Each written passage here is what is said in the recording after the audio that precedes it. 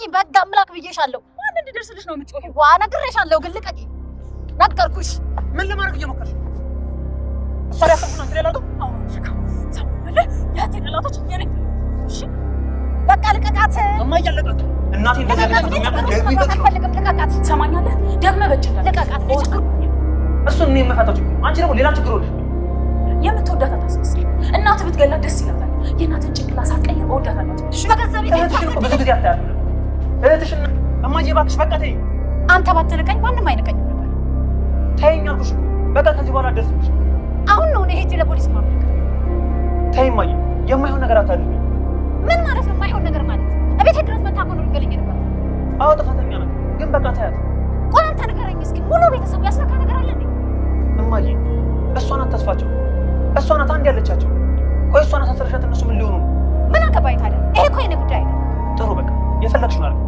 እኔም ግን የሆነ ነገር አድርጌ ይገባል የት እስር ቤት ውጥረቱ ከቁጥጥር ውጭ ሆኗል። የቤቢ እናት መናፈሻው ላይ ቆማ ነፋስ እየተቀበለች ባለችበት ቅጽበት ቤቲ እንደ ጥላ ከኋላዋ መጣች። ቤቲ በቁጣና በዛቻ ድምፅ አንቺ ነሽ የኔን እህት ሽባ ብለሽ የምትሳደቢው? አሁን ከዚህ ወደ ታች ፈትፍጨሽ ነበረሽ ላስፍልሽ ስትላት የቤቢ እናት በፍርሃት ተርበተበተች። በህግ አምላክ ልቀቂ እያለች ስትማጸን ቤቢ ደረሰ። እናቱ ላይ የተሰነዘረውን አደጋ ሲያይ ደሙ ፈላ። የቤቲን ጉረሮ አንቆ በከባድ ድምፅ በእሷ ላይ ያሰብሽውን በአንቺ ላይ ላድርገው ሲላት ቤቲ ግን አልተሸበረችም። አድርገው የእህቴ ጠላቶች ሁሉ የኔም ጠላቶች ናቸው። እነሱ ሳላጠፋ ደግሞ እረፍት ብሎ ነገር የለም ስትል በድፍረት መለሰችለት። የህይወትን ስም ሲሰማ እጁ ላላ። እናቱም ህግ ይፈታዋል እያሉ ሲማጸኑት ቤቲን ከቤት አስወጣት። እናቱ ፖሊስ ጋር ሄዳለሁ ስትል ግን ቤቢ ተቃወመ። ቤቢ በተማጽኖ አይሆንም እማዬ፣ ቤቲ ለህይወት ብቸኛ ተስፋዋ ናት። እሷን አሳሰርሻት ማለት ተስፋዋን ነጠቅሻት ማለት ነው። ልመኔን እምቢ ብለሽ ካሳሰርሻት ግን እኔ የሚሆነ ነገር አድርጌ መታሰሪያ አይቀርም ሲላት እናቱ የልጇን ቁርጠኝነት ስታይ እሺ ለማለት ተገደደች። የልጅ አመረረ በቃ ብላ ክሱን ተወቹ። በሌላ በኩል ደግሞ ዓለሜ የአባባን ሚስጥር ማወቅ ፈልጋለች። ስለ ልጅ እናት ንገረኝ ስትል ጠየቀችው። አባባ በትካዜ ስሜት ውስጥ ሆኖ ከዋሌቱ ውስጥ ፎቶ አወጣ። አባባ በናፍቆትና በትዝታ ይህች ነበረች የኔ ንግስት፣ በጣም ነበር የመወዳት። ከክፍለ ሀገር ስትመለስ በመኪና አደጋ ነው ያጣኋት አላት። በመጨረሻም ቤቲ መፍትሄ ፍለጋ ትሁት ጋር ተገናኘች። የሆነውን ሁሉ አጫወተቻት። ትሁት ግን የሰጠቻት ምክር የቤቲን ዓይን ከፋች ነበረ። ትሁት በጥበብ ድምፅ ቤቲ እሷ ሽባ ብትላትም አንቺ መፍትሄው ላይ አተኩሪ። እህትሽ ኩማ እንድትሄድ ብቻ ጣሪ። ከእናቶች ጋር ያለሽን ጠብም አቁሚ።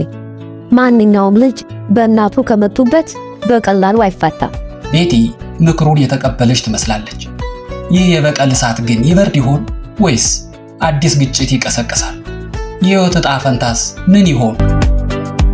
ዛሬ በቤቱ አዲስ ድባብ ሰፍኗል። ትሁትና ዓለሜ ቁጭ ብለው እየተጫወቱ ነው። ትሁት ያለፈውን ቅያሜ ረስታ ለዓለሜ ይቅርታዋን ይዛ መጥታለች። ትሁት በለሰለሰና በተጸጸተ ድምፅ ዓለሜ በችኮላ ፍርደ ገምድል ሁኜ ነበር። የሁሉንም እውነት መስማት ነበረብኝ። ቸኩዬ ስለፈረድሁብሽ ይቅርታ አለች። ዓለሜ ግን ቅያሜው አላደረባትም ነበረ። በትሁት መምጣት ብቻ ደስተኛ ነች። ዓለሜ በፍቅር ድምፅ ትሁቴ እኔ አንቺን በምን አንጀት ይከየምሻል? አንቺ ሁሌም ከእውነት ጎን የምትቆሚ ጀግናዬ ነሽ እኮ። ይልቅ ቤት ይዘሻት ነይና ሁሉም ባልኑበት ይቅርታ መጠየቅ እፈልጋለሁ አለቻት። በሌላ በኩል ደግሞ ቤቢ የህይወትን ፍቅር ተቋቁሞ መቆየት ያቃተው ይመስላል። ልቡን በደብዳቤ እየዘረገፈላት ነው።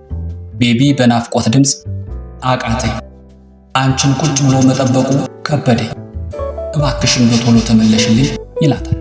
በእውነትም ፍቅር ሲጸና መጠበቅ ትልቅ መስዋዕትነት ነው። በዚያው ቅጽበት ናቲ መጣ። ትሁትን በዓለሜ ቤት በማግኘቱ ደስታው ወደር የለውም። ናሸንጌ አለችው። አብረው እየወጡ ነው። ቤቲም የዓለሜን ጥሪ ሰምታ ለመገናኘት ተስማምታለች። ወደ አባባ ቤት ስንመለስ የአባባ አልበም ተከፍቷል። ዓለሜ የአባባን የድሮ ሚስት ፎቶዎች በግርምት እያየች ነው። ዓለሜ በመገረም ሚስት ግን በጣም ነበር የምታምረው ስትለው አባባ በኩራትና በደስታ ድምፅ ንግስቴ ነበረች። በቃ አንቺ ከወደድሻትማ በትልቁ በፍሬም አድርገን ከፊት ለፊታችን እንሰቅላታለን አላት። የቆየው ፍቅር በምስል ሕያው ሊሆን ነው። ቅያሜዎች እየጠፉ አዲስ የይቅርታ ምዕራፍ እየተከፈተ ነው። ነገር ግን ሁሉም በአንድ ላይ ሲገናኙ ምን ይፈጠር ይሆን? ቤቲና የቤቢ እናትስ እንደገና አይን ይገጣጠሙ ይሆን? ዓለሜ በገዛ ቤቷ እስረኛ የሆነች ያህል ተሰምቷታል። ስራ ናፍቋታል። የገዛ ንብረቷን መቆጣጠር ትፈልጋለች። ናቲ ሊያረጋጋት ቢሞክርም ዓለሜ ግን ትዕግስቷ ያለቀ ይመስላል። ዓለሜ በስልክ በቁጣ ድምፅ ገዜ በሰላም ንብረቴን ትመልሳለህ ወይስ በቡኑኑ ነገር ልጠቀ ስትለው ገዜ በሰላም ለመስጠት የተስማማ አይመስልም። ዓለሜ ቀጠለች። በቀል የፈጣሪ ነው ብዬ ዝም ብለን ሰላም ካልፈለግ ግን አሳያለሁ፣ በቅርቡ ጠብቀኝ ብላ ስልኩን ዘጋች። በሌላ በኩል ደግሞ ቤቲ በሰላም ለመኖር ወስናለች። የቤቢን እናት ይቅርታ ለመጠየቅ ስትሄድ ቤቢ መንገድ ላይ ያገኛት። ቤቢ በጭንቀት ድምፅ እኔ ጋር ችግር የለም ቤቲ፣ ግን እናቴ የምትስማማ አይመስለኝም አላት። ቤቲም በቆራጥነት እናቴ ካልተስማማችማ ምን አደርጋለሁ? እናቴና እህቴ ሲመለሱ ቤት ቀይረን እንሄዳለን። ቤት መቀየር ለቤቢ ይህ የሞት ያህል ነው። ሕይወትን ማጣት አይችልም። እባክሽን ተዩ፣ እኔ እናቴን አሳምናታለሁ ሲል ተማጸናት። ፍቅርና ቤተሰብ ዳግም ፍጥጫ ውስጥ ገቡ። ናቲና ትሁት ደግሞ የአባባና የዓለሜን ፍቅር እያደነቁ ነው። ያጣፍጥላቸው ይላሉ። ትሁት ግን የራሷን መጨረሻ ናፈቀች።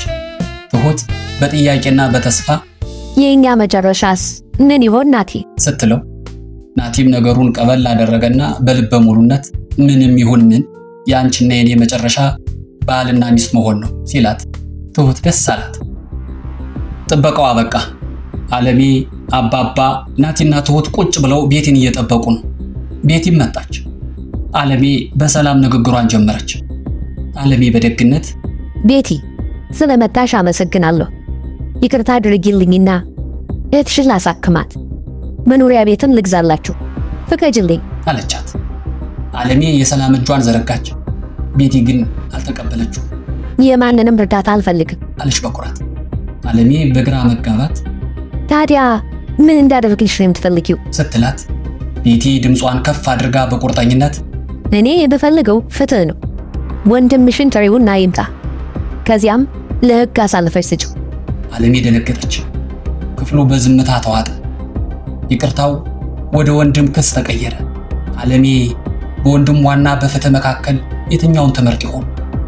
የቤቲ የበቀል ጥምስ በፍትህ ይረካ ይሆን ወይስ ሌላ ጥፋት ይከተላል?